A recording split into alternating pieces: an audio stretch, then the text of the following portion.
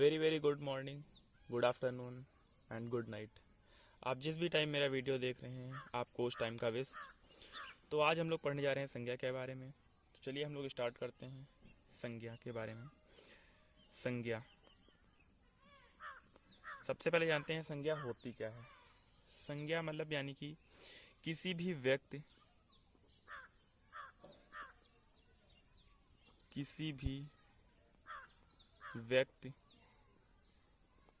वस्तु, किसी भी व्यक्ति वस्तु या स्थान के नाम को हम संज्ञा कहते हैं। ठीक है, किसी भी व्यक्ति वस्तु या स्थान के नाम को हम संज्ञा कहते हैं। दरअसल बात ये होती है, हम किसी भी दुनिया में जो भी कुछ भी है हर चीज के नाम को हम संज्ञा कहते हैं। ठीक है, तो डिफिनेशन लिखनी होगी तो आप ये लिखेंगे, किसी भी व्यक्ति वस्तु या स्थान के नाम को हम संज्ञा कहते हैं। उदाहरण जैसे राम किसी व्यक्ति का नाम है, सीतापुर दिल्ली किसी स्थान यानी कि शहर का नाम है, और पेन, ठीक है, पेन पुस्तक, ये सारी संज्ञाएं हैं आदि, ये सारी संज्ञाएं हैं। संज्ञा के भेद,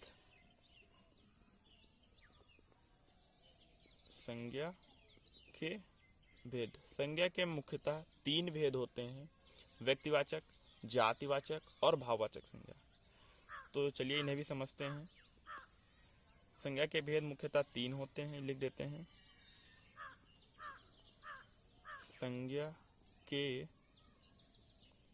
मुख्यतः 3 भेद होते हैं। ठीक है, तो पहली संज्ञा कौन सी है? पहली है व्यक्तिवाचक संज्ञा। कौन सी है? व्यक्तिवाचक संज्ञा। तो व्यक्तिवाचक संज्ञा क्या होती है समझते हैं। किसी भी विशेष व्यक्ति स्थान, किसी भी व्यक्ति विशेष या स्थान के नाम को हम व्यक्तिवाचक संज्ञा कहते हैं। यानी कि किसी भी विशेष व्यक्ति के नाम को या किसी भी विशेष स्थान के नाम को या किसी भी विशेष वस्तु के नाम को हम व्यक्तिवाचक संज्ञा कहते हैं। ठीक है, तो लिख लेते हैं इसकी डिफिनेशन।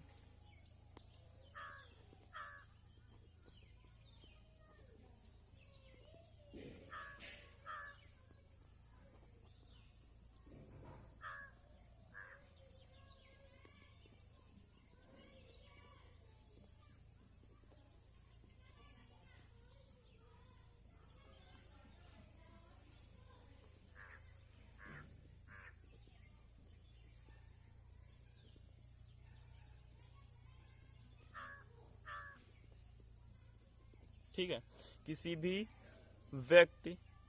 भी विशेष व्यक्ति वस्तु या स्थान के नाम को हम व्यक्तिवाचक संज्ञा कहते हैं। इसके उदाहरण से आपको अभी क्लियर हो जाएगा कि व्यक्तिवाचक संज्ञा होती क्या है। यानी कि अगर हम बोलें कि राम क्या है, यानी कि एक किसी भी पर्टिकुलर व्यक्ति का नाम है, यानी कि एक किसी भी विशेष व्यक्ति का नाम है। अगर जो मान लीजिए यहाँ पे बहुत लोग हैं और मैं बोलूं, मान लीजिए आपके क्लास में बहुत से बच्चे हैं, अगर मैं बोलूं कि कोई भी लड़का यहाँ, मतलब एक बोलूं लड़के यहाँ आ जाओ, तो ये कोई पर्टिकुलर नाम नहीं हुआ, तो आप वहाँ पे मतलब कन्फ्यूजन हो जाएगा कि आप यहाँ पे कौन जाए। लेकिन अगर उसी में मान लीजिए मैंने बोल दिया वहाँ पे आपकी क्लास में कोई सोहन है या राम है, तो मैंने बोल दिया कि राम बाहर आओ, तो क्या मतलब राम क्या हो गया, एक पर्टिकुलर नाम हो गया, तो इससे बहुत ही आसानी हो जाएगी। तो इसलिए जो राम जो है मतलब एक पर्टिकुलर नाम है, तो हम किसी भी व्यक्ति विशेष के नाम को व्यक्तिवाचक संज्ञा कहते हैं। ऐसे ही मान लीजिए हमने बोला सीतापुर, तो सीतापुर भी एक विशेष स्थान का नाम है।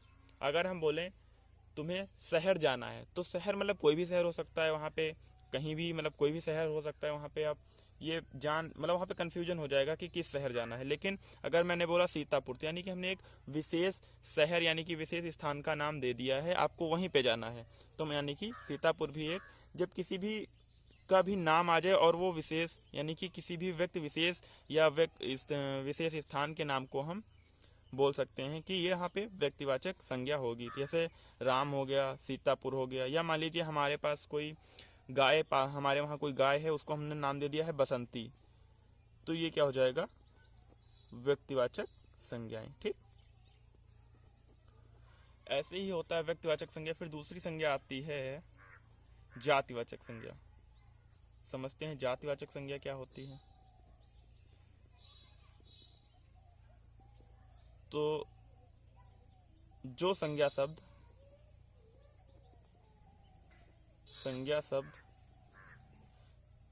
किसी जाति का बोध कराते हैं,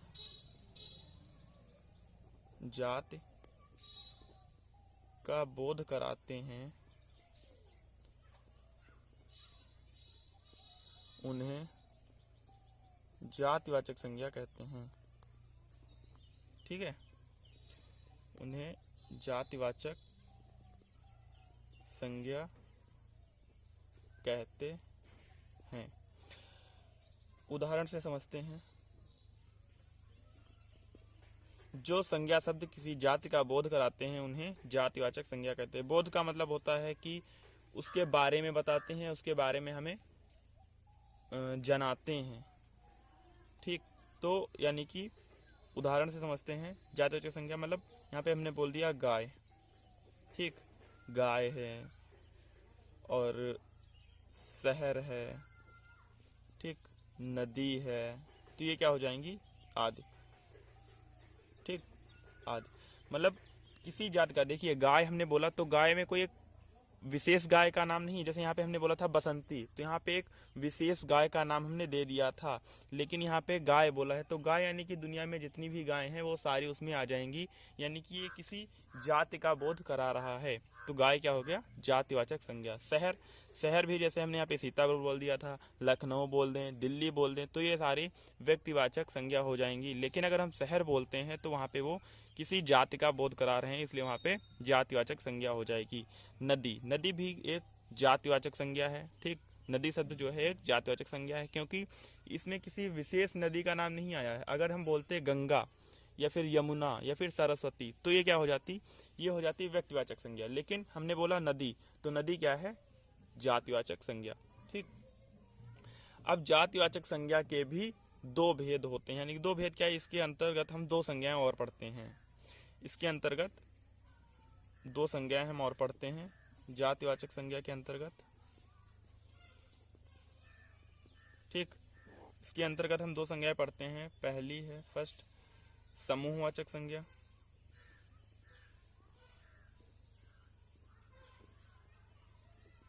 समूहवाचक संज्ञा। ठीक, तो चलिए देखते हैं समूहवाचक संज्ञा क्या होती है। जिन संज्ञा शब्दों से हमें किसी समूह का बोध होता है उन्हें हम समूहवाचक संज्ञा कहते हैं। तो लिख लेते हैं इसकी डेफिनेशन। जिन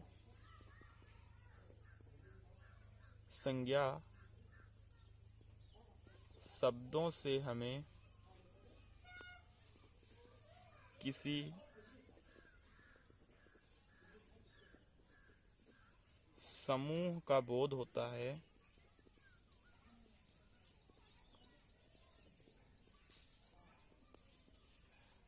उन्हें समूहवाचक संज्ञा कहते हैं।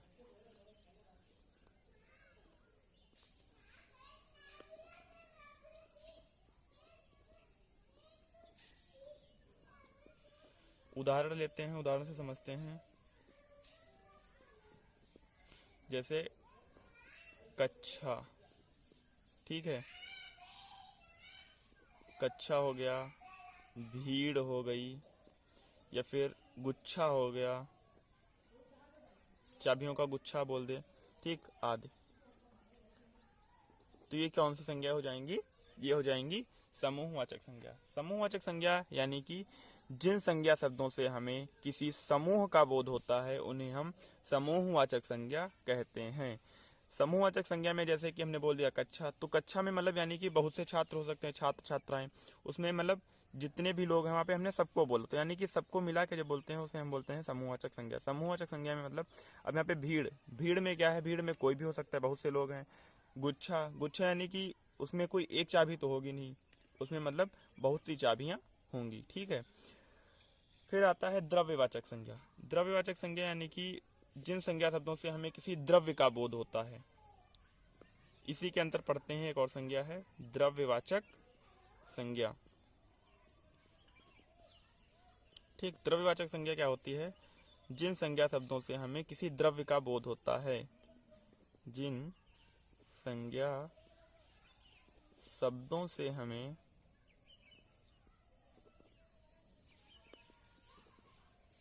किसी द्रव्य का बोध होता है,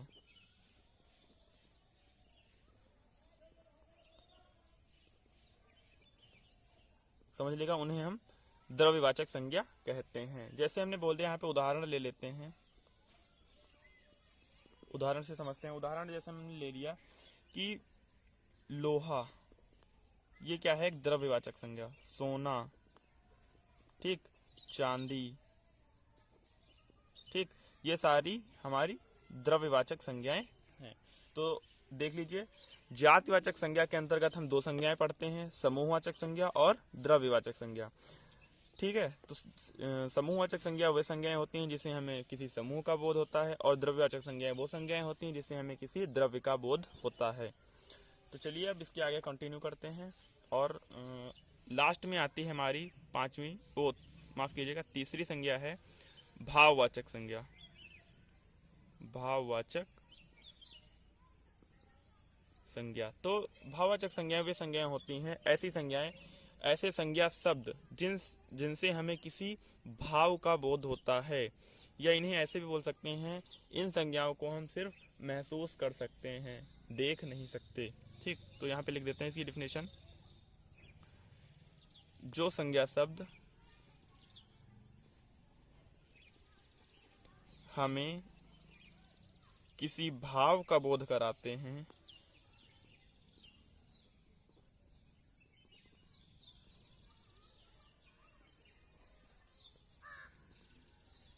उन्हें हम भाववाचक संज्ञा कहते हैं, ठीक है, भाववाचक संज्ञा कहते हैं। तो उदाहरण से समझते हैं, जैसे यहाँ पे लिख दिया हमने दर्द। दर्द क्या है, सिर्फ हम महसूस कर सकते हैं, उसे देख नहीं सकते। यहाँ पे जैसे ईश्वर, खुशी, ठीक है, और यहाँ पे आ जाता है अपनापन,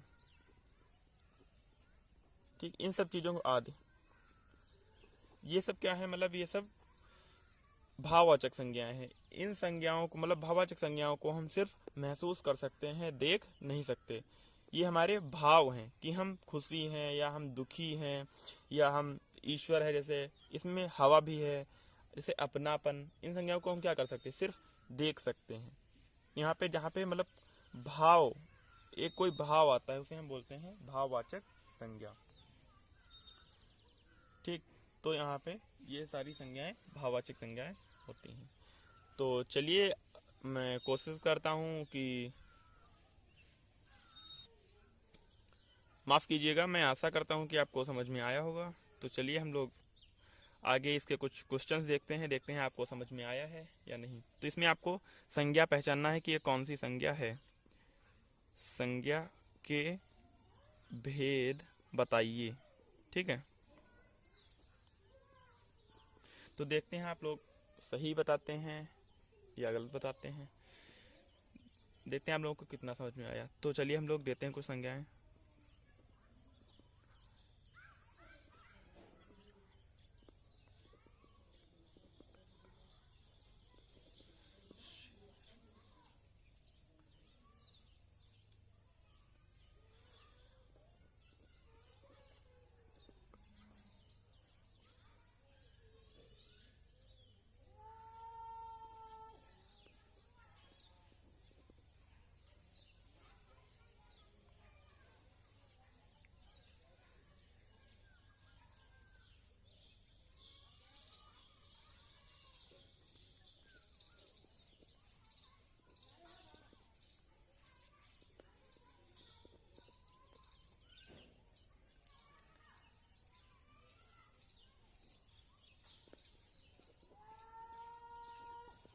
तो चलिए पहले आप लोग इसे सॉल्व करिए, फिर वीडियो स्टॉप करके आप लोग सॉल्व करिए। अगर जो ना समझ में आता है फिर आप हमसे पूछिए, हम बताएंगे। तो आपने सॉल्व कर लिया होगा, तो चलिए अब हम लोग सॉल्व करते हैं। गाय हो जाएगा यहाँ पे जातिवाचक संज्ञा। गाय क्या हो जाएगा? जातिवाचक संज्ञा, क्योंकि ये किसी एक जाति का बोध करा रहा है, यानी कि गाय एक जाति का बोध करा रहा है। यानी कि इसमें कोई अगर जो किसी विशेष गाय का नाम होता तो हम बोल देते हैं यहाँ पे व्यक्तिवाचक संज्ञा है। ठीक, तो राम यानी कि राम किसी व्यक्ति विशेष का नाम है, इसलिए राम क्या हो जाएगा? व्यक्तिवाचक संज्ञा। व्यक्तिवाचक संज्ञा, ठीक है। फिर गंगा, गंगा भी यानी कि किसी विशेष नदी का नाम है, इसलिए यहाँ भी ये भी क्या हो जाएगा? व्यक्तिवाचक संज्ञा, ठीक है। फिर शेर, शेर यानी कि शेर में कोई भी शेर हो सकता है, ये किसी एक विशेष शेर का नाम नहीं है, इसलिए यहाँ पे ये क्या हो जाएगा? जातिवाचक संज्ञा, ठीक। फिर कमल, कमल यानी कि कमल का फूल, तो यहाँ पे भी ये भी हो जाएगा व्यक्तिवाचक संज्ञा। अगर हम सिर्फ फूल बोलते तो यहाँ पे हो जाता जातिवाचक, लेकिन हमने बोला क्या है? कमल, तो कमल क्या हो जाएगा? व्यक्तिवाचक। और बसंती यानी कि मान लीजिए किसी भी वस्तु का नाम है या किसी भी व्यक्ति का नाम तो नहीं हो सकता, लेकिन बसंती मान लीजिए हाँ किसी व्यक्ति का नाम है या फिर किसी गाय वाय का नाम है, तो यहाँ पे ये बसंती यानी कि किसी का विशेष व्यक्ति वस्तु या स्थान का नाम है, इसलिए यहाँ पे ये क्या हो जाएगा? ये भी व्यक्तिवाचक संज्ञा हो जाएगा, ठीक है। फिर अपनापन, अपनापन क्या है? इसे हम सिर्फ महसूस कर सकते हैं, देख नहीं सकते, यानी कि ये हो जाएगा भाववाचक संज्ञा। फिर दर्द, दर्द भी हम महसूस कर सकते हैं, देख नहीं सकते, इसलिए ये भी हो जाएगा भाववाचक संज्ञा। दिल्ली यानी कि दिल्ली क्या है? दिल्ली यानी व्यक्तिवाचक संज्ञा, यानी कि एक पर्टिकुलर प्लेस का नाम है, इसलिए इसे बोल देते हैं व्यक्तिवाचक संज्ञा। अगर यहाँ पे सिर्फ कोई शहर दिया होता तो हम बोल देते जातिवाचक है, लेकिन यहाँ पे एक विशेष शहर का नाम दिया हुआ है, इसलिए ये हो जाएगा व्यक्तिवाचक संज्ञा। तो आप लोगों को समझ में आया होगा। अगर कोई दिक्कत होती है तो आप हमें कमेंट में ज़रूर बताएं। तो आज के लिए बस